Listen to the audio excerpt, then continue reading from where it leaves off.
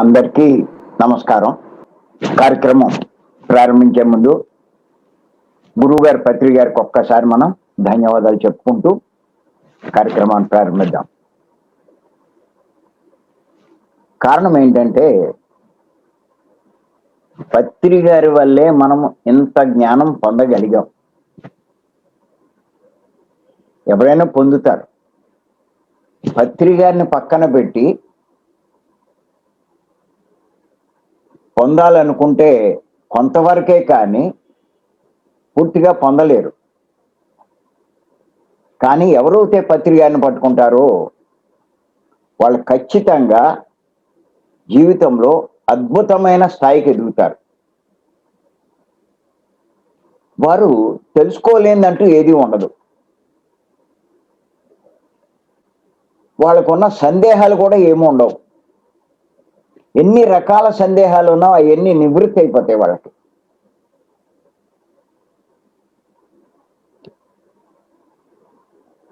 వారిని కనుక మనం సరిగ్గా అనుసరిస్తే. ఓ సందర్భంగా పత్రి గారు అన్నారు, ఏమన్నారంటే, ఏముంది నా దగ్గర చెప్పడానికి, ఇంకా అన్నీ చెప్పేశాను కదా, నేనేమైనా దాచుకుంటే చెప్పాలి, అన్నీ నేను వివరించానని చెప్పన్నారు. అన్ని వేల గ్రంథాలు చదివి వాటిలోని సారం సింపుల్గా అందరికీ అందించారు ఆయన.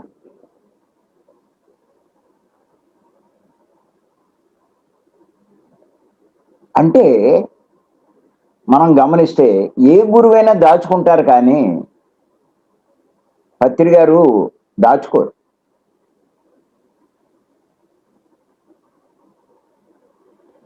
కారణం ఏంటి అంటే ఆ శిష్యుడు తనను మించిపోతాడని, తనకంటా గొప్పవాడైపోతాడని, తన్ను డామినేట్ చేస్తాడని అలాంటి భయాలు ఉంటాయి. కానీ పత్రి గారికి ఆ భయం లేదు. తన శిష్యుడు తనను మించిపోవాలనే అభిప్రాయంలోనే ఉంటాడు ఆయన. అంచేత ఆయన ఏది దాచుకోరు. ప్రతిదీ కూడా మరి మనకి అందివ్వడానికే ప్రయత్నిస్తారు.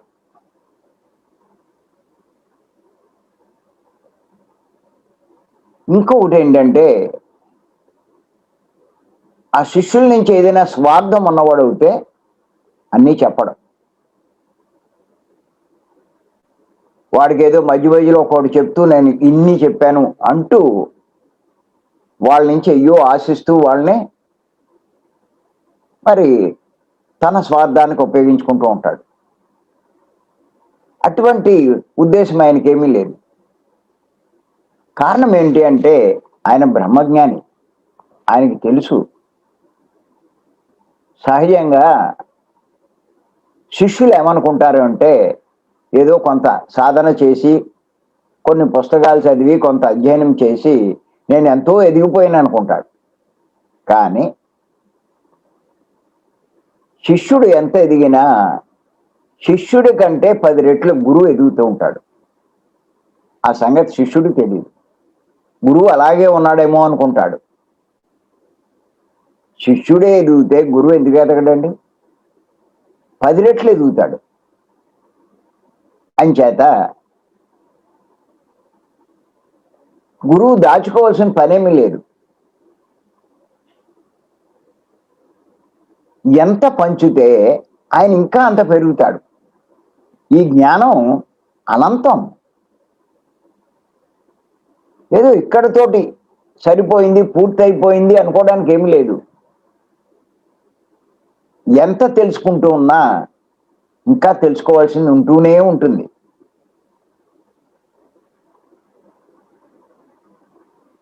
ఇది అర్థం చేసుకుంటే మనకి పత్రి గారి యొక్క గొప్పతనం అర్థమవుతుంది.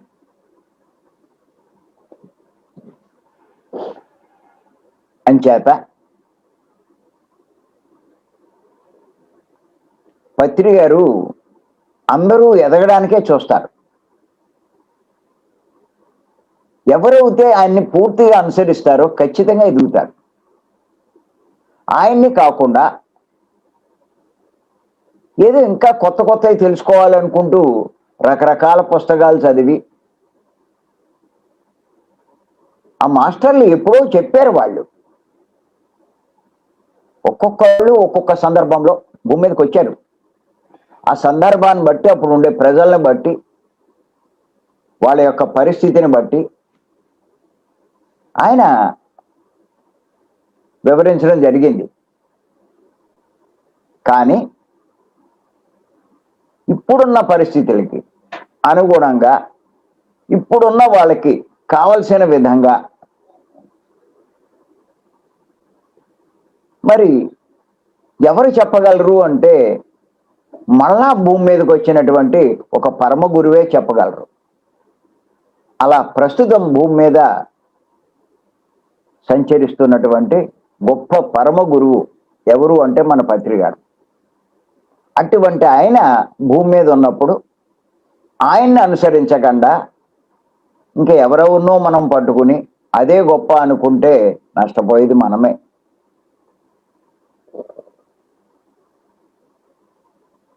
అంచేత నేను పదే పదే చెప్తూ ఉంటాను ఎప్పుడు కూడా ప్రతి ఒక్కళ్ళకి, మీరు జ్ఞానం సంపాదించాలంటే, జ్ఞానవంతులు అవ్వాలి అంటే తప్పనిసరిగా పత్రి గారిని అనుసరించండి. పత్రి గారి పుస్తకాలు చదవండి. పత్రి గారిని ఎంత అనుసరిస్తే మనం అంత తొందరగా ఎదుగుతాం, ఎంతో జ్ఞానాన్ని సంపాదించుకుంటాం. అంచేత మరి అటువంటి పత్రి గారు చెప్పినటువంటి సందేశాలు ఎంత తెలుసుకుంటే మనం అంత లాభం పొందుతాం. ఇంచేతంటే ఇప్పటిదాకా నేను ఎంతో మంది చెప్పినటువంటి వాటి గురించి కొంత విశ్లేషణ చేశాను. ఈ మధ్య నాకెందుకో పత్రి గారు చెప్పిన విషయాల గురించి మళ్ళా చెప్తే బాగుంటుంది అని అనిపించింది. అంచేత మరి ఆయన మనకి లాక్డౌన్ టైంలో రోజుడిచి రోజు పిఎంసిలో 100 ఎపిసోడ్లు చెప్పడం జరిగింది. నేను ప్రతి ఎపిసోడ్ కూడా, నేను మా మేడము ఇద్దరు కూడా కంపల్సరిగా టైంలో కూర్చున్నాం. కూర్చోడమే కాదు, ఆయన నోటమ్మట వచ్చిన ప్రతి విషయం రాసుకున్నాం. ప్రతిదీ మేము రాసుకోవడం జరిగింది. వాటిలో చూస్తే ఏమిటి వీటిలో ముఖ్యమైన సారమని మళ్ళా ఇంకొకసారి రివైజ్ చేశాను. రివైజ్ చేస్తే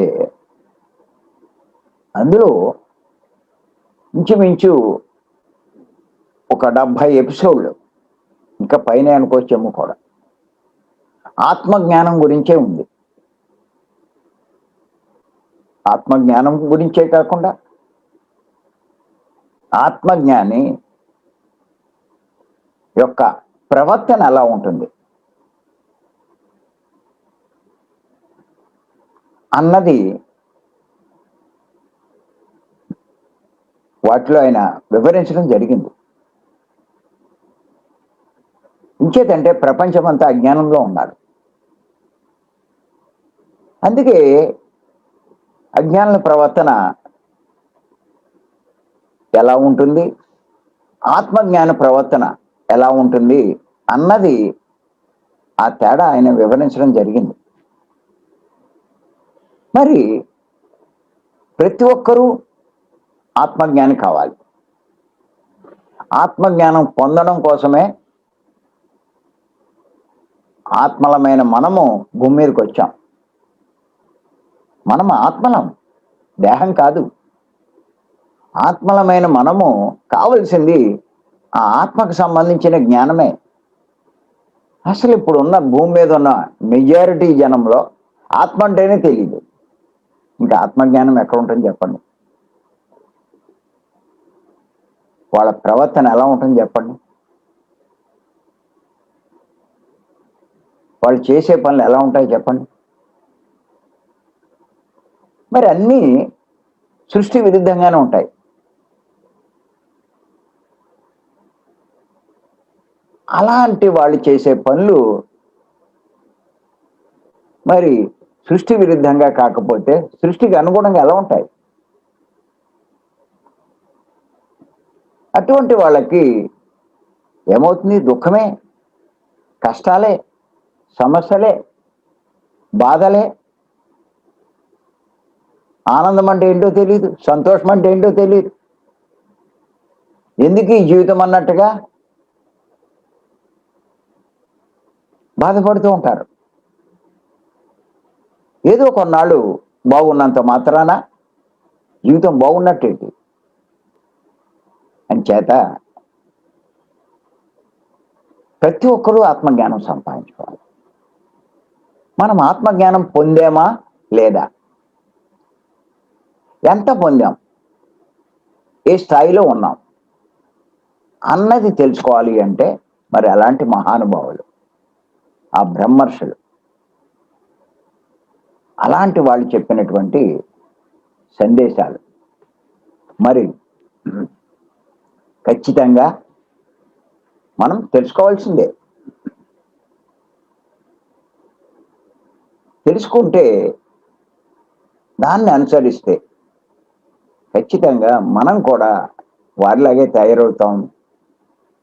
దుఃఖంలో కూడా ఆనందంగా ఉండగలుగుతాం. విచిత్రం ఏంటంటే అజ్ఞాని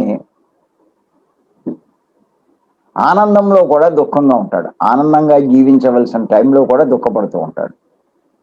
కానీ ఆత్మజ్ఞాని దుఃఖంలో కూడా ఆనందంగా జీవిస్తాడు. అది అంచేత పత్రి గారు చెప్పినటువంటి ఒక విషయం ఇప్పుడు చర్చించుకుందాం. ఏమిటంటే ఆయన చెప్పిన దాంట్లో ఉన్నటువంటి సారాంశం, ఆత్మజ్ఞాని సమయం వృధా చెయ్యడు.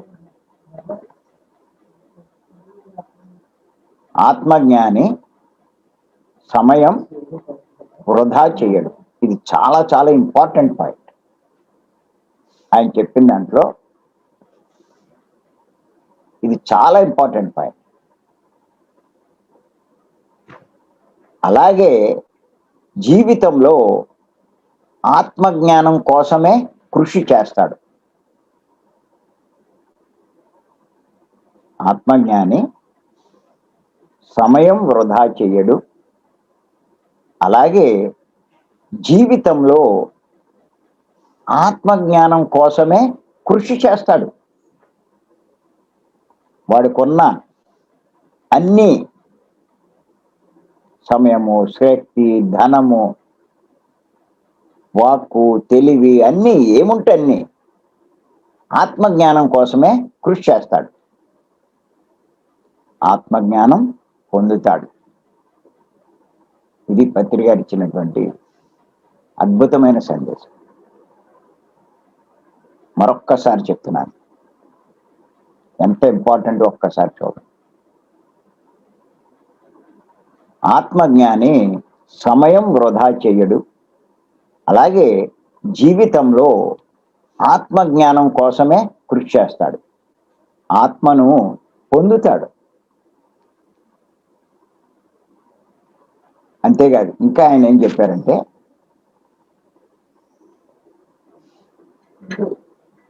ఆత్మజ్ఞాని దేనికోసం కృషి చేస్తే అదే పొందుతారని తెలుసుకుంటాడని. దేనికోసం కృషి చేస్తే అదే పొందుతారు అన్నది కూడా తెలుసుకుంటాడంట. ఎవరు? ఆత్మజ్ఞాని. ఎవరు దేనికోసం కృషి చేస్తే అదే పొందుతారు. ధనం కోసం కృషి చేస్తే ధనం పొందుతారు, జ్ఞానం కోసం కృషి చేస్తే జ్ఞానం పొందుతారు అన్న విషయం ఆత్మజ్ఞానం తెలుసుకుంటాడు. అలాగే ఇంకా ఏమన్నారంటే ఆయన, అజ్ఞాని సమయాన్ని వృధా చేస్తాడు. సమయాన్ని వృధా చేస్తాడు.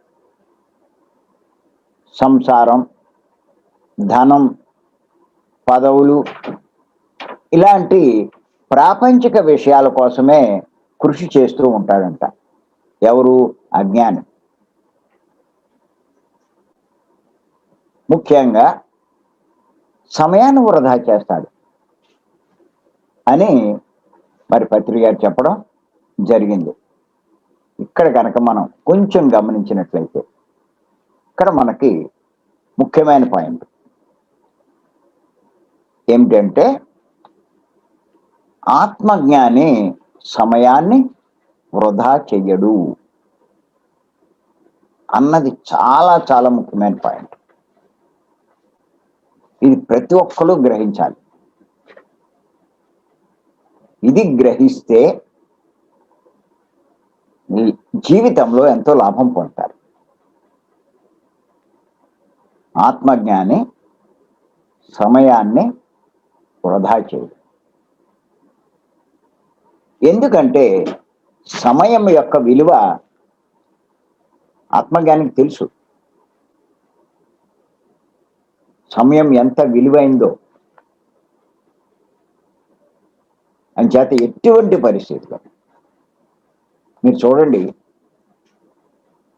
పత్రి గారినే కనుక మనం గమనిస్తే, అబ్జర్వ్ చేయండి ఎవరైనా సరే, అటువంటి వాళ్ళని కాస్త గమనిస్తూ ఉండాలి, ఏం చేస్తున్నారు ఏంటి అని. ఆయన ఒక్క నిమిషం వృధా చేయడే, నిరంతరం అలా తిరుగుతూనే ఉంటాడు. తిరగడమే కాదు,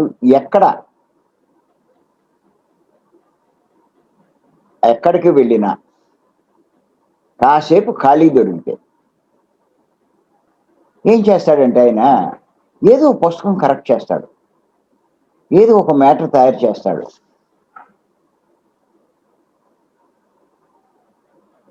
జ్ఞానం కోసం కాంక్షించి తను ఆశ్రయించిన వాళ్ళకి రకరకాల గైడెన్స్లు ఇస్తాడు.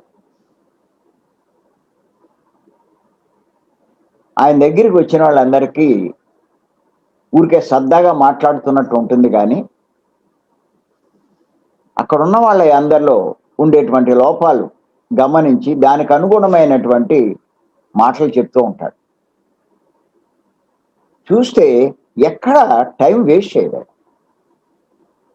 చూస్తే మనం గమనిస్తే ఒక 4 రోజుల్లో ఎన్ని జిల్లాలు తిరుగుతాడు, ఎన్ని ఊళ్ళు తిరుగుతాడు, ఎంతమందిని కలుస్తాడు.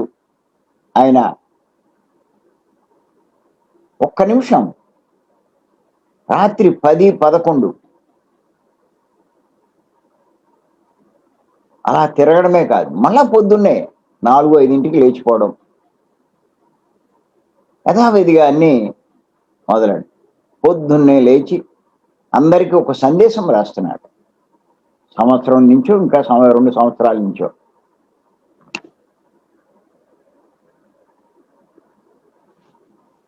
అలా మనం గమనిస్తే అస్సలు ఆయన సమయాన్ని వృధా చేయడు. ఇది మనం తెలుసుకోవాలి. ఎందుచేతంటే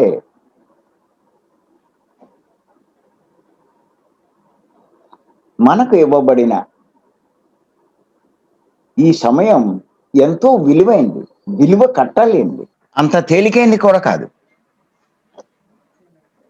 ఎందుచేతంటే కొన్ని విషయాలు మనం తెలుసుకుంటే ఇది మనకు అర్థమవుతుంది.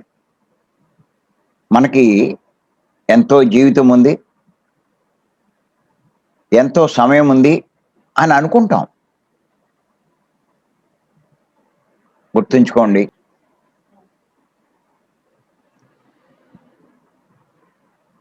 ఈ భూమి మీద ఉన్నప్పుడు మనకేదో ఎన్నో సంవత్సరాలు అన్నట్టుగా ఉంటుంది. ఆత్మలమైన మనము ఈ భూలోకాన్ని విడిచి పైలోకానికి వెళ్ళినప్పుడు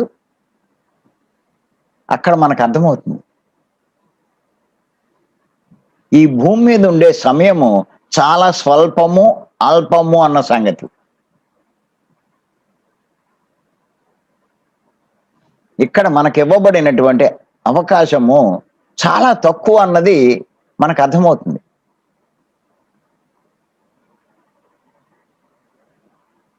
కానీ ఎంచేతంటే మీరు చూడండి, భూమి మీద ఒక సంవత్సరము పైలోకాల్లో మనకు వెళ్ళినప్పుడు ఒక రోజుతో సమానం.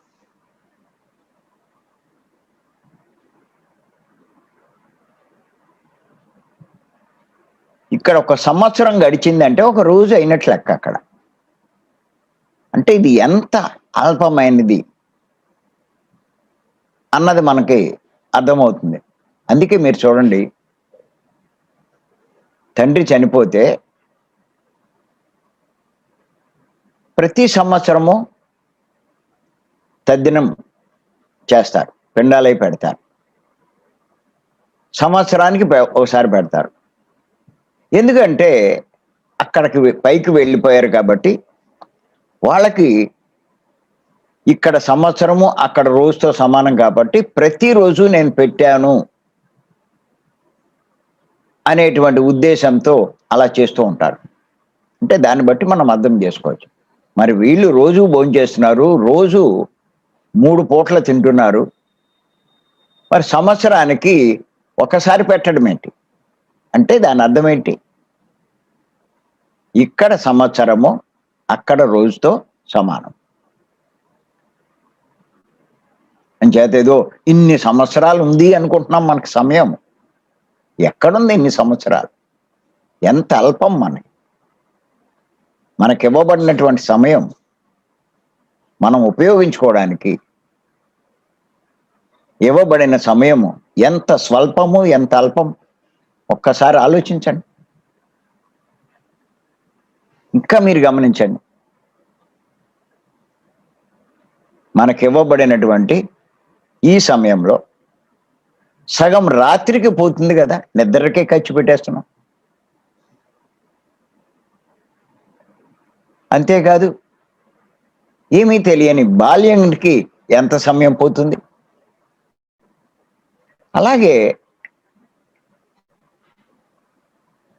వృద్ధాప్యం, ఈ శక్తులు ఉండవు. యవ్వనంలో ఉన్న శక్తి, యవ్వనంలో ఉన్నటువంటి అవకాశం వృద్ధాప్యంలో ఉండదు. అన్నీ ఉంటాయి కానీ ఆ శక్తి ఉండదు. ఆ ఇంద్రియాలు మనకు సహకరించవు, ఆ శరీరం మనకు సహకరించదు, ఏది చేయలేము అక్కడ. అది ఊరికే జీవితం ఉంటుంది కానీ ఉపయోగపడదు. ఇంక ఎన్ని లెక్కేస్తే మరి జీవితంలో ఎన్ని మన అవసరాలు, భూమి మీద ఉండాలి అంటే కొన్ని అవసరాలు ఉన్నాయి.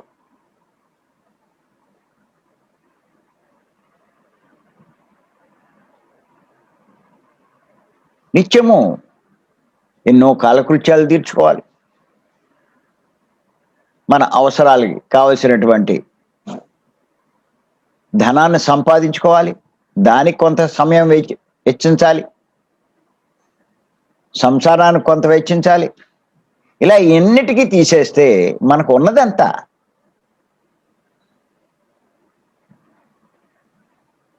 ఈ కాస్తలోనే మనం చెయ్యవలసింది, సాధించవలసింది ఎంతో ఉంది. మరి అంత ఉంటే ఈ కాస్త సమయాన్ని కూడా మనం వృధా చేస్తే ఎంత నష్టపోతాం. అందుకే పత్రిక గారు చెప్తూ ఉంటారు, పనికి రాని కబుర్లు వద్దు, వాళ్ళతో వీళ్ళతో పిచ్చాపాటి మాట్లాడద్దు,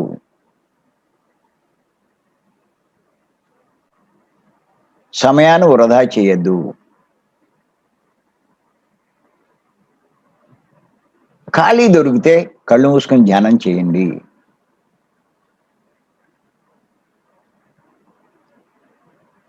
వాటికి వీటికి వ్యర్థం చేయొద్దు అని చెప్తూ ఉంటారు.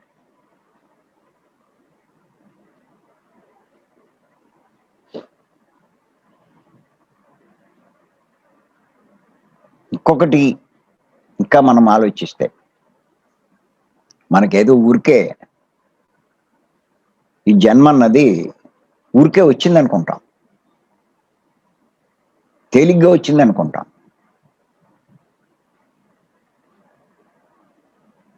అంత తేలిగ్గా ఏం రాలేదండి. ఇప్పుడు మనకి లభించిన జన్మ ఊరికే అప్పనంగా తేరగా ఊరికే వచ్చేలా. ఎంత కష్టపడితే, ఎంత ఎదురు చూస్తే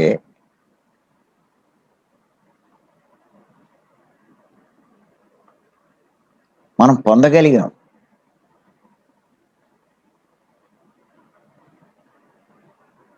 ఇక్కడ ఏం తెలియదు మనకి, ఇక్కడ ఊరికే వచ్చేసింది అనుకుంటాం.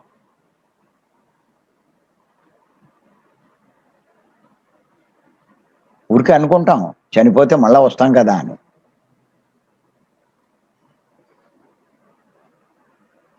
చనిపోవచ్చు కానీ తేలిగ్గా రావడం అన్న అంత సులభం కాదు. ఎంచేతంటే మీరు ఇప్పుడు చూడండి, భూమి మీద 700 కోట్ల జనాభా ఉన్నారు.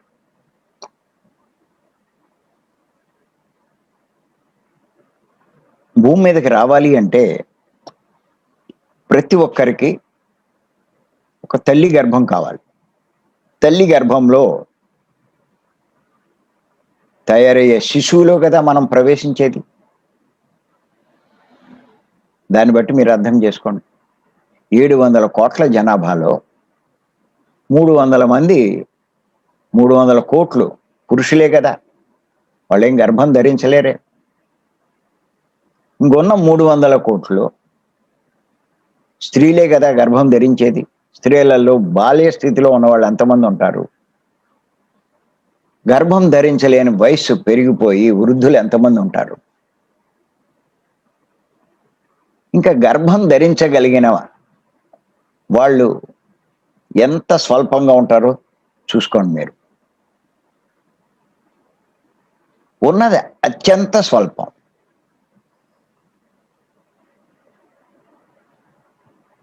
ఇప్పుడు ప్రస్తుత పరిస్థితిలో వాళ్ళు కూడా ఎక్కువ మందిని కనడానికి ఇష్టపడట్లా. ఏదో ఒకళ్ళతోటో ఇద్దరితో సరిపెట్టేస్తున్నారు. అలా మీరు లెక్కేసుకుంటే ఒక 50 కోట్లు 100 కోట్లు ఉంటారేమో మొత్తం మీద గర్భం ధరించి వారి శరీరంలో ఒక పిండాన్ని, ఇంకొక శరీరాన్ని తయారు చేయడం. కానీ మీరు గమనించండి, ఈ సృష్టిలో ఎన్ని రకాల లోకాలు ఉన్నాయి. కోటాను కోట్ల లోకాలు ఉన్నాయి. పత్రి గారు చెప్తారు కదా, కోటాను కోట్ల లోకాలు ఉన్నాయి. భువర్లోకము ఎంత విస్తారమైంది, సువర్లోకము ఎంత విస్తారమైంది, జనాలోకము ఎంత గొప్పది, మహాలోకము, తపోలోకము, ఇలాగా కోటాను కోట్ల లోకాలు. అంత గొప్పది ఈ సృష్టి. అన్ని లోకాల్లోనూ ఈ మానవాత్మలు ఉన్నాయి. ఎన్ని కోట్లు ఉంటాయో లెక్కలేదు ఈ మానవాత్మలు. ఇన్ని కోటాను కోట్ల లోక, వేలు కాదు, లక్షలు కాదు, కోటాను కోట్లు. ఈ ఆత్మలు, ఎన్ని ఆత్మలు ఇంచుమించు ప్రతి ఒక్కళ్ళు ఎదగడానికే చూస్తారు. ఇంకా పై స్థాయికి వెళ్ళాలి, ఇంకా పైకి వెళ్ళాలి, నా లక్ష్యాన్ని సాధించాలి అనే చూస్తూ ఉంటారు. వెళ్ళాలి అంటే గుర్తెట్టుకోండి, ఎవడైనా సరే ఆ పైలోకాల్లో ఉన్న స్థితి నుంచి ఉన్నత స్థితికి, ఉన్న లోకంలోంచి ఉన్నత లోకానికి చేరుకోవాలి అంటే అక్కడేమి అవకాశం లేదు. ఎటువంటి వాళ్ళైనా భూమి మీదకి రావాలి, మానవ దేహం తీసుకోవాలి. ఈ దేహంతో జ్ఞానం సంపాదించాలి, సాధన చెయ్యాలి. ఆ జ్ఞానంతో వాళ్ళు ఉన్నతమైన స్థితికి చేరుకుంటారు. అంతేకాని అక్కడేమీ అవకాశం లేదు. అందుకే అంటారు, స్వర్గంలో ఉన్న దేవతలు కూడా ఉన్న స్థితి నుంచి ఇంకా ఉన్నత స్థితికి వెళ్ళాలంటే భూమి మీదకి రావాల్సిందే, మానవ దేహం తీసుకోవాల్సిందే, దానికి కావలసిన సాధనలు చేసి జ్ఞానాన్ని సంపాదించి ఉన్నతమైన స్థితికి చేరుకోవాల్సిందే. అక్కడేమీ అవకాశం లేదు. అలా ప్రతి ఒక్కడు భూమి మీదకి రావాలి.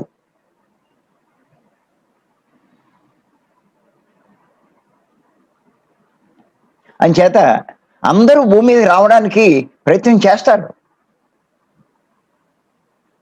దాన్ని బట్టి అర్థం చేసుకోండి ఎంత డిమాండ్ ఉందో. భూమి మీదకి రావడానికి అంటే మానవ జన్మ తీసుకోవడానికి పై లోకాల్లో విపరీతమైన డిమాండ్ ఉంది. అంటే ఎంత ప్రయారిటీ రావాలనుకున్న వాళ్ళకి ఎంత వెయిటింగ్ లిస్ట్ ఉంటుంది.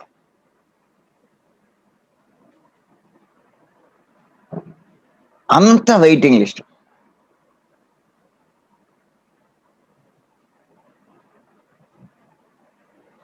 అందుకే అలా వెళ్ళి ఇలా వచ్చేయడం అంత తేలికేం కాదు.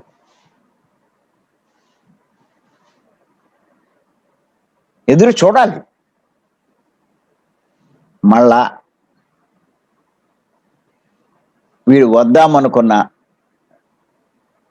వీడు ప్రయారిటీలో టాప్లోకి వచ్చినా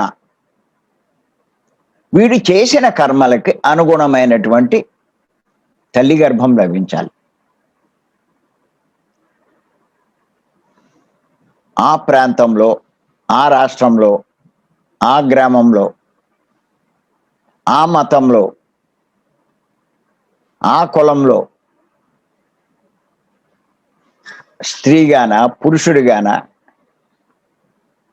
ధనవంతుడిగా పేదవాడిగా, ఇవన్నీ వాడికి తెచ్చుకున్న కర్మలను బట్టి అనుకూలమైనటువంటి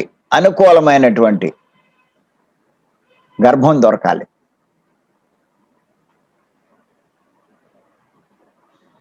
మరి అది దొరకాలన్నా చాలా కష్టమే.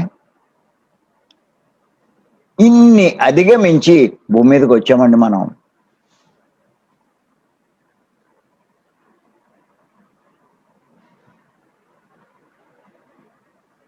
ఈ అవకాశాన్ని ఇప్పుడు మనం కోల్పోతే మళ్ళా ఎప్పటికూ ఎంత ఎదురు చూడాలో.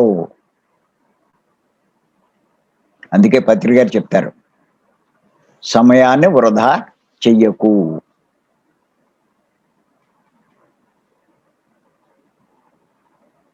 నీకు ఇవ్వబడిన సమయాన్ని పూర్తిగా వినియోగించుకో.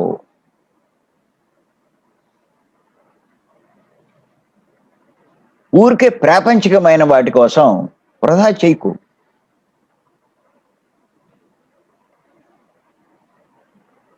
నీ సరిపడా సంపాదన ఉంది, ఇంకెందుకు నీ భుక్తికి లోటు లేకుండా వెళ్తుంది. భుక్తికి లోటు ఉంటే అది వేరు, సంపాదించుకో, ఎవరు కాదనరు.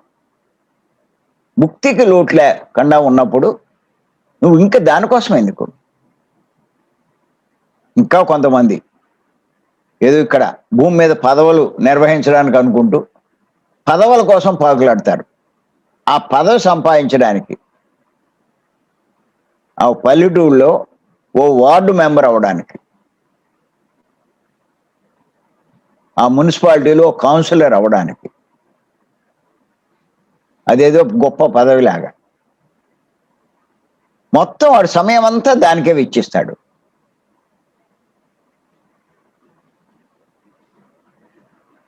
కొంతమంది ఏదో ఒక దాంట్లో అవార్డు, ఇంకో దాంట్లో రివార్డు ఏదో సంపాదించడానికి, లేకపోతే ఒక సినిమా ఫీల్డ్ అంటూ ఇలాగ ఇటువంటి వాటి కోసం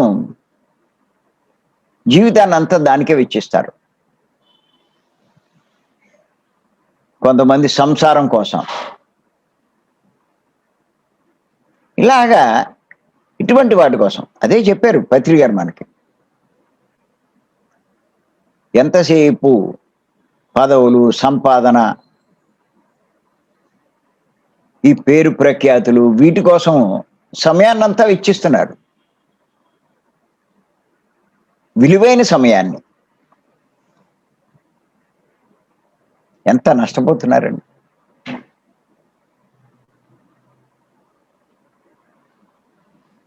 ఇది అర్థం చేసుకోవట్లా. అంచేత మనకు కేటాయించబడిన, మనకి ఇవ్వబడినటువంటి ఈ సమయము ఎంతో ఎంతో విలువైంది. దీన్ని మనం వృధా చేయకూడదు. కొంచెం ఆలోచించండి. పత్రి గారే అంత గొప్ప స్థాయికి వెళ్ళారే. ఒక బ్రహ్మర్షి అంటే ఒక పూర్ణాత్మ ఆయన. సృష్టికి ప్రతి సృష్టి చేయగలిగినటువంటి స్థాయిలో ఉన్నాడు ఆయన. సహసృష్టికర్త.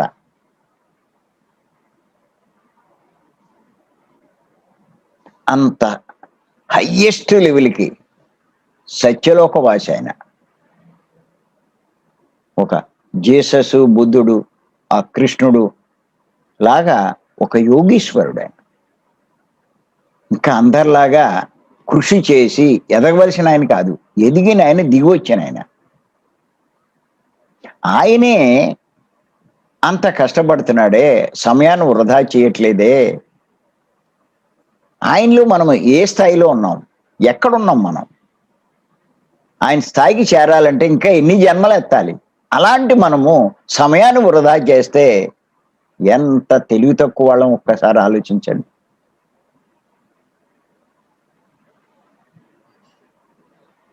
ఇది ఆ సమస్య కాదు, ఇది గమనించట్లేదు. ఊరికే పనికిరాని ప్రోగ్రామ్స్ ఆ టీవీలు చూడడం, ఆ న్యూస్ వినడం, ఆ పనికిరాని విషయాలు మీద దృష్టి పెట్టడం,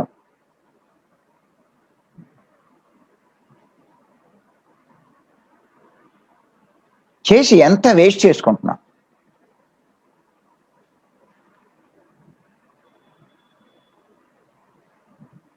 పత్రిక గారు చెప్తారు, నేను 5 జన్మల క్రితమే ఎన్లైటన్ అయిపోయానంటారు ఆయన. బుద్ధుడి దగ్గర ఉన్నటువంటి ఆనందుడిని నేను అప్పుడే ఎన్లైటన్మెంట్ అయ్యాను అన్నాడు. ఇంకా మనం అంతా ఎన్లైటన్మెంట్లోనే లేము.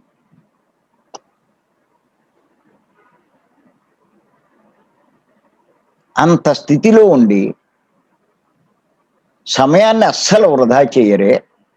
ఏమీ లేకపోయినా ఎంత వృధా చేస్తున్నాం. చాలామంది చూడండి, భూలోకంలో మనం గమనిస్తే ధనం గొప్పది అనుకుంటారు. ఆ ధన సంపాదన కోసం ఎంతో జీవితాన్ని వృధా చేస్తున్నారు. అవసరానికి సంపాదించుకోవడం వేరు, అవసరానికి మించి ఉన్న దానికోసమే జీవితం అంతా వెచ్చించేస్తున్నారు, చనిపోయేదాకా కూడా. కానీ గుర్తుపెట్టుకోండి, మన అందరము ఒక లక్ష్యం సాధించడానికి, మన గమ్యం చేరుకోవడానికే భూమి మీదకి వచ్చాం దేహం తీసుకుని. మన లక్ష్యం అన్నది ఓ సినిమా యాక్టర్ అవడమో, లేకపోతే ఓ పెద్ద సింగర్ అవడమో, లేకపోతే ఒక మినిస్టర్ అవడమో, లేదంటే ఒక ఐఏఎస్ చదివి ఒక మంచి పోస్ట్ సంపాదించడమో. ఇవి కాదు మన లక్ష్యాలు. మనం దేహం కాదు, మనం ఆత్మ. అప్పుడు మీ లక్ష్యం ఏంటో మీకు తెలుస్తుంది. మీరెవరో మీరు తెలుసుకుంటే మీ లక్ష్యం ఏదో మీకు తెలుస్తుంది. పూర్ణాత్మ నుంచి విడిపడిన మనము మళ్ళా పూర్ణాత్మలు అవ్వాలి. అదే మన లక్ష్యం. సత్యలోకంలోంచి వచ్చినటువంటి మనము మరలా సత్యలోకం చేరాలి. అదే మన గమ్యం. ఏయ్యో పనుల కోసం మీ దేశం నుంచి ఇతర దేశాలకి మనం వెళ్ళినప్పుడు, మన ఊరి నుంచి ఇతర దేశాలకి ఆ పనులన్నీ పూర్తి చేసుకుని మళ్ళా మన దేశం రావాలనే చూస్తాం. దేశంలో మన గ్రామం, మీ గ్రామం వదిలి ఏదో పని కోసం బయటికి వెళ్ళిన వాళ్ళు మళ్ళా తిరిగి ఇంటికి వచ్చేదాకా వాళ్ళకి ఎందుకో స్థిమితం ఉండదు. చూసుకోండి కావాలంటే. వాళ్ళ స్వగ్రామం చేరుకుంటే, స్వగృహం చేరుకుంటే అప్పుడు వాళ్ళు స్థిమితంగా ఉంటారు. బయట ఇంకెన్నున్నా ఏమున్నా, ఎన్ని ఫెసిలిటీస్ ఉన్నా ఏమున్నా, ఎందుకో వాళ్ళకి అసంతృప్తే. మళ్ళా రావాలి స్వగృహానికి. మీకు కావాలంటే మీరు చూడండి, 3 రోజుల క్లాసులే నిర్వహిస్తున్నాం. వాళ్ళ ఇంటికాడి నుంచి ఈ 3 రోజుల క్లాస్కి వస్తారు. 3వ రోజు అయ్యేసరికి ఎంత కంగారు పడిపోతూ ఉంటారో చూడండి. వెళ్ళిపోవాలి వెళ్ళిపోవాలి వెళ్ళిపోవాలి. అక్కడ క్లాసు బాగుందంటారు, అన్నీ బాగున్నాయంటారు. అన్నీ బాగుంటే ఇంకో 2 రోజులు ఉండొచ్చుగా, కంగారు పడ్డం దేనికి అంటే స్వగృహం చేరాలి. చేరేదాకా ఆ తృప్తి ఉండదు. ఎవరికైనా అంతే. అలా యజ్ఞాలకు వెళ్తున్నాం, బాగున్నాయంటాం, కానీ తిరిగి మళ్ళా మన ఇంటికి చేరడానికి ఎంత తపన పడతాం, ఆతురత పడతాం. అలా ఏ ఊరు వెళ్ళినా సరే మీరు చూసుకోండి, స్వగృహం చేరడానికి. అలాగే మన స్వగృహం సత్యలోకం. ఆత్మైన మనము మన స్వగృహం అంటే సత్యలోకం చేరేదాకా స్థిమితం ఉండదు ఆత్మకి. అలా తపన పడుతూనే ఉంటుంది. నీటిలోంచి గట్టు మీద పడిన చేప మరల నీటిలోకి చేరేదాకా ఎలా విలవిల్లాడుతాదో ఆత్మ అలా తపన పడుతూ ఉంటుందంట. తాని గమ్యం చేరేదాకా.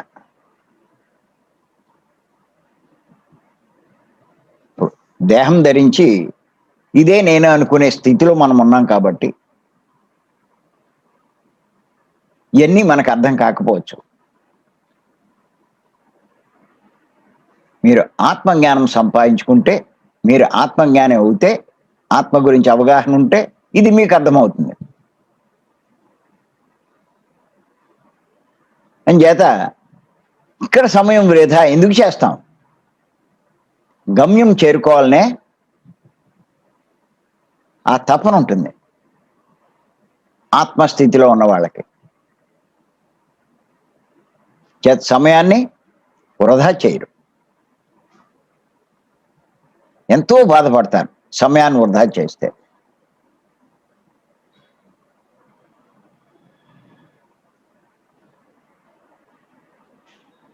నా లైఫ్లో కూడా పత్రి గారు పరిచయం అయ్యేదాకా దేహం నేనైనటువంటి భావంలో ఉండేవాడిని. దేహానికి కావాల్సింది ఏంటి? ధనం. అంచేత ధనం సంపాదించడానికి రాత్రి పగలు కష్టపడేవాడిని. ఒక 50 సంవత్సరాలు పాటలు పడ్డాను. ఆ ధనం సంపాదించేటప్పుడు రకరకాల వ్యాపారాలు, ఒక వ్యాపారంతో తృప్తి పడేవాడు కాదు. లక్షలు వచ్చినా కోట్లు వచ్చినా కూడా.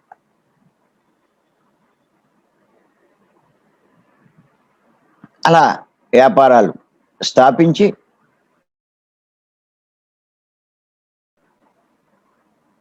ఎప్పుడైనా ఆ వ్యాపార స్థలానికి వెళ్ళి అక్కడ ఉండకుండా ఇంట్లో ఉన్నా ఇంకెక్కడికి వెళ్ళినా కూడా నా సమయం అంతా వృధా చేస్తున్నట్టు ఎంతో బాధపడేవాడిని. మళ్ళా వెళ్తే కానీ స్థిమితం ఉండేది కాదు.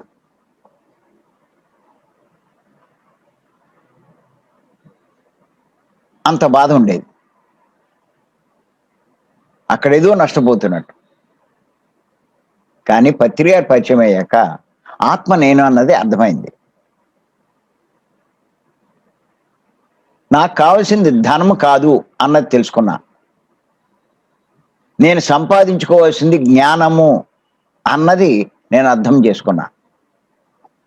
అప్పుడు ధన సంపాదన వదిలి జ్ఞాన సంపాదనలో పడ్డా. అన్నీ వదిలేశాను నేను. ఇప్పుడే కదా పత్రి గారు చెప్పిన విషయం తెలుసుకున్నాం. ఆత్మజ్ఞానం పొందిన వాళ్ళు ఏది సంపాదించుకోవాలో దాని మీదే దృష్టి పెడతాడు, కానీ రెండో దాని మీద దృష్టి పెట్టడు అని పత్రి గారు చెప్పారు. అలా నేను కూడా నాకు కావాల్సింది జ్ఞానం కానీ ధనం కాదన్నది నాకు అర్థమైంది. ఇంకా ధనం కోసం నా సమయాన్ని ఎందుకు వృధా చేస్తాను? నేను వదిలేశాను. నేను ఓ వ్యాపారం ఉంటే దానికి ఎంత దృష్టి పెట్టాలి, ఎంత సమయం కేటాయించాలి, విలువైన మన సమయం అంతా దానికి కేటాయించేస్తున్నామే. అంచేత ఈ మార్గంలోకి వచ్చాను నేను. మరి జ్ఞానం సంపాదించాలంటే పత్రి గారు చెప్పారుగా 4 పాయింట్లు. ఏ పట్టుకున్నాను నేను, గుర్తుపెట్టుకోండి. ఆత్మైన మనము జ్ఞానం సంపాదించాలంటే 4. సాధన, జ్ఞానవంతమైన పుస్తకాలు చదవడం, జ్ఞానులతో సాంగత్యం, ఆత్మజ్ఞానం గురించి బోధించేవాళ్ళు, దేహం గురించి ఇది కాదు మనకి. అలాగే ఈ మార్గంలో చేసే సేవ. ఇదే పట్టుకున్నాను నేను. ఎన్నిటికంటే కూడా పత్రి గారు చెప్పారు ఒకటి. ఏం చెప్పారంటే పంచింది పెంచబడుతుంది అన్నారు. మొదట్లో అది పట్టుకున్నాను నేను. అంటే మనం ఏది పెంచుకోవాలి అంటే దాన్ని పంచాలి. ధనం పెంచుకోవాలంటే ధనం పంచాలి. ఆనందం పెంచుకోవాలంటే అందరినీ ఆనందింప చేయాలి. శాంతిని పెంచుకోవాలంటే శాంతి. అలాగే ఇప్పుడు జ్ఞానం పెంచుకోవాలి, చేత జ్ఞానాన్ని పంచాలి. అర్థమైంది అప్పుడు. ఓహో, పత్రి గారు అందుకే అందరినీ జ్ఞానవంతులు చేయడానికి ఊరూరు తిరుగుతున్నారు అన్నది. అప్పటి నుంచి నేను మొదలెట్టాను. నేను 18 సంవత్సరాల క్రితం ప్రారంభించింది, ఇప్పటికి మానలేదు. నేను అలా తిరుగుతూనే ఉన్నాను. నాకున్న జ్ఞానాన్ని నేను పంచుతున్నాను, పెంచుకుంటున్నాను. ఎంత పంచుతుంటే అంత పెరుగుతుంది. అదే నా పని. ఇలా ఈ జ్ఞానం పంచడానికి తిరుగుతూ ఎప్పుడైనా కొంచెం అలసి కానీ బద్దకించి కానీ ఇంట్లో కనుక 2-3 రోజులు ఎక్కువగా ఉంటే బయటికి వెళ్ళకుండా లోపల మళ్ళా ఏదో ఆవేదన, తపన, ఏదో వేస్ట్ చేస్తున్నాను, ఏదో కోల్పోతున్నాను. ఇదివరకు వ్యాపారం చేసేటప్పుడు వ్యాపార స్థలంలో వ్యాపారం మానేసి ఇంట్లో ఉంటే ఎలా లోపల తపన పడేవాడినో, మదన పడేవాడినో, ఇప్పుడు ఈ ఊళ్ళు తిరగకుండా ఇంట్లోనే కూర్చుంటే, ఏసేసి కూర్చుంటే ఏదో కోల్పోతున్నామని, చేయవలసింది చేయట్లేదని మొత్తం మీద ఆవేదన. మళ్ళా ఓ సంచి ఇచ్చుకుని బయలుదేరితేనే అప్పుడు తృప్తి. ఇది పత్రి గారి దగ్గర నుంచి నేను నేర్చుకుని నా స్థాయిలో నేను నా సమయాన్ని మటుకు వృధా చేయను. ఇంట్లో కూర్చుంటే ఏదో పుస్తకం చదువుతాం. మేమిద్దరము ఏదో ఈ విషయాలే చర్చించుకుంటాం, మేడము నేను. ఆవిడ ఏదో రాస్తూ ఉంటుంది, లేకపోతే ధ్యానం చేస్తుంది, లేకపోతే ఎవరితోటైనా మాట్లాడుతుంది, లేకపోతే క్లాసులు చెప్తుంది.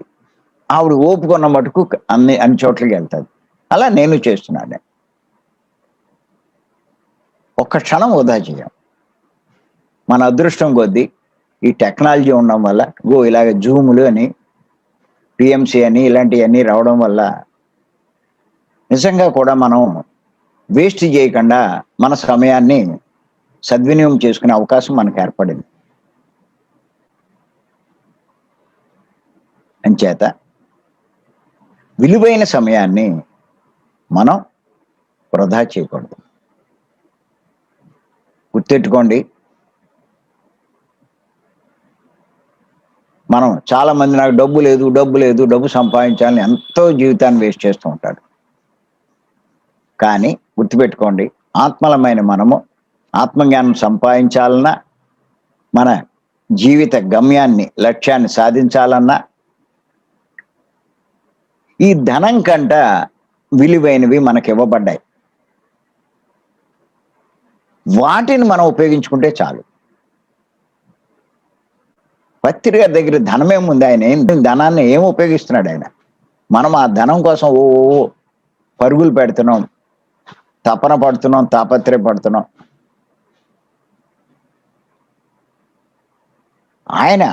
ఆయనకి ఇవ్వబడినటువంటి విలువైన ధనం కంట విలువైన సమయాన్ని ఉపయోగిస్తున్నాడు ఆయన. ఎన్నో ఇవ్వబడ్డాయి మనకి. ఆలోచించండి, ధనం విలువైందా, సమయం విలువైందా? అంటే సమయమే విలువైంది అన్నది మనకి తెలుస్తుంది. ఎందుకంటే ధనం పోయినా తిరిగి సంపాదించుకోవచ్చు. మీకు వెళ్ళిపోయిన సమయం మీకు రాదు. ఇంకా ఈ జీవితం ఇవ్వబడింది, ఈ యవ్వనం ఇవ్వబడింది, అది దాటిపోతే మళ్ళీ ఎక్కడి నుంచి వస్తుంది? ఆ జీవితం అయిపోతే మళ్ళీ ఎక్కడి నుంచి వస్తుంది? రాదు. ఇది అంచేత సమయం విలువైంది, వాక్కు విలువైంది, మీ శక్తి విలువైంది. ఇవన్నీ ఇన్నుంటే వీటిని ఉపయోగించుకోక ఆత్మైన మనము ఈ జ్ఞానానికి మనం ఉపయోగించుకోక ధనం వెనకాల పడి చేస్తే ఎంత నష్టపోతాం? అంచేత గుర్తుపెట్టుకోండి, ఏమీ లేదని అనుకోకండి. చాలా మంది బాధపడుతూ ఉంటారు, నాకు అంత ధనం లేదు కదా అని. కావాల్సింది ధనం కాదండి, దేహం అండి. దేహం ఉన్నవాడు, ధనం లేకపోయినా దేహం ఉన్నవాడు ధ్యానం చేస్తాడు, జ్ఞానం సంపాదించుకుంటాడు. ధనం లేకపోయినా దేహం ఉన్నవాడు ఎవడైనా సరే ధ్యానం చేస్తాడు, జ్ఞానం సంపాదించుకుంటాడు. విలువ కట్టలేని జ్ఞానాన్ని సంపాదిస్తాడు. ధనం ఉన్నవాడు దేహం ఉన్నా ధ్యానం చెయ్యకపోతే జ్ఞానం సంపాదించలేడు, జీవితాన్ని నష్టపెట్టుకుంటాడు. గుర్తుపెట్టుకోండి, ఇవన్నీ ఎప్పుడు అర్థమవుతాయి మీకు? మీరు ఆత్మ అన్నది తెలుసుకున్నప్పుడు, కొద్దిపాటి ఆత్మజ్ఞానం మీకున్నప్పుడు మీరు తెలుసుకుంటారు. చేత గుర్తుపెట్టుకోండి, సమయాన్ని వృధా చేయకండి. అద్భుతమైన సమయం మనందరికీ ఇవ్వబడింది. ఈ సమయాన్ని సరిగ్గా ఉపయోగించుకోవడానికి కావాల్సిన దేహం ప్రతి ఒక్కరికి ఉంది. అది అందంగా ఉందా, అందంగా లేదా, తెల్లగా ఉందా, నల్లగా ఉందా, మనకెందుకు అసలు? ఏ రకంగా ఉన్నా ఈ దేహం ఉంటే ధ్యానం చేయగలం, జ్ఞానాన్ని సంపాదించుకోగలం. అది ముఖ్యం. అందమైన దేహం ఉండదు, అందం లేని దేహం ఉండదు. ఎంత ధనం ఉన్నా అది ఉండదు, ధనం లేకపోయినా అంతే. అది కాదు, దేహంతో చేసే ధ్యానం వల్ల వచ్చే జ్ఞానమే ఆత్మైన మనకు ఉన్నతమైన స్థితి ప్రాప్తించడానికి కారణమవుతుంది. అంచేత సమయాన్ని వృధా చేయొద్దు. ముందు నేను 3 రోజుల క్లాసులో కూడా చెప్తూ ఉంటాను. భీమవరం 3 రోజుల క్లాసులు కంపల్సరిగా రావాలి. నేను చెప్తున్నాను, జ్ఞానం సంపాదించుకోవాలనుకున్న వాళ్ళు కంపల్సరిగా 3 రోజుల క్లాస్ రావాలి. రాకపోతే మీరు ఎంత ధ్యానం చేస్తున్నా, ఇగో గైడింగ్ మెడిటేషన్లు అంటూ, ఈ మెడిటేషన్లు ఆ మెడిటేషన్లు అంటూ చేస్తున్నారు, కానీ మీరు జీవితాన్ని వేస్ట్ చేసుకున్నట్టే లెక్క. జ్ఞాన సంపాదన కాకుండా ఇంక దేనికి మీరు ఉపయోగించుకున్నా మీ లైఫ్ వేస్ట్ అవుతున్నట్టే లెక్క. అవన్నీ దేహ లాభాలు, దేహం గురించే. ఎంతో మంది మనీ మెడిటేషన్ అంటూ మన సమయాన్ని వృధా చేస్తున్నారు. మనీ కోసం భూమి మీదకి రాలేదండి. ఆత్మైన మనము, ఆ చెప్పే మాస్టర్ కూడా మనం ఆత్మలా ఉన్న సంగతి వాడికే తెలియదు. వాడు దేహం అనుకుంటున్నాడు, ధనం గొప్పదనుకుంటున్నాడు, అది సంపాదించే మార్గాలంటూ చెప్తూ ఉంటారు. అదంతా వేస్ట్. ఆ లైఫ్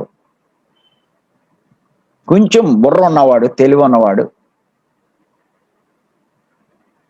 కాస్త బుద్ధిని ఉపయోగించిన వాడు అర్థం చేసుకుంటాడు.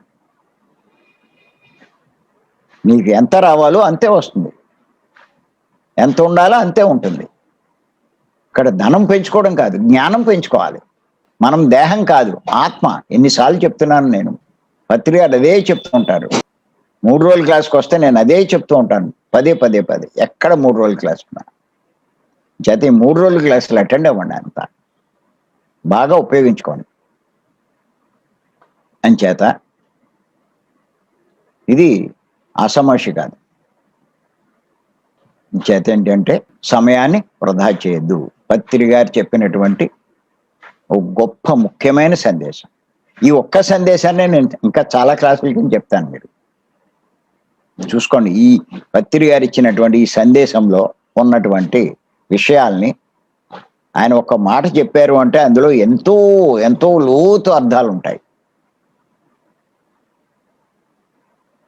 ఎంత లోతు విశ్లేషణ చేస్తే అంత తెలుస్తూ ఉంటుంది మనకి. అంచేత అద్భుతమైన అవకాశం మనకి ఇవ్వబడింది. మరి మనం సమయాన్ని వృధా చేయకుండా ధ్యానం చేస్తూ జ్ఞానాన్ని పెంచుకునే ప్రయత్నం చేద్దాం. Thank you.